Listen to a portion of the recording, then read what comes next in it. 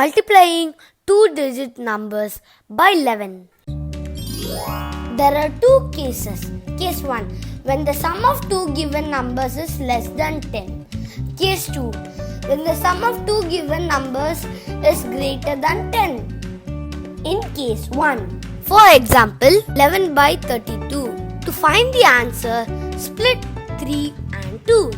Now, put 3 in the hundreds place and 2 in the ones place. To find the tens place, add the two given numbers, that is 3 plus 2, which is equal to 5. So, 11 into 32 is equal to 352. Sounds so easy, right? In case 2, for example, 11 into 87. The first step is same. That is, write 8 in hundreds place and 7 in ones place. Now, when you add the two numbers, the sum is 50. So, we put 5 in the tens place and that 1 in the tens place is carried over to the hundreds place.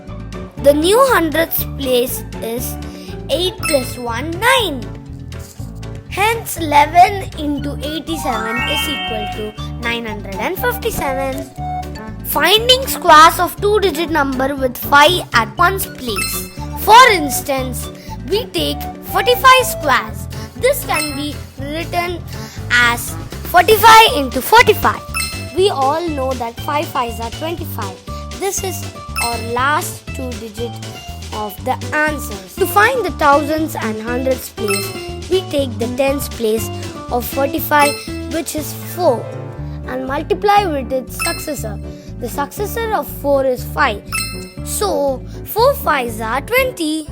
Put this 20 in the place of thousands and hundreds. Hence, 45 squares is equal to 2025.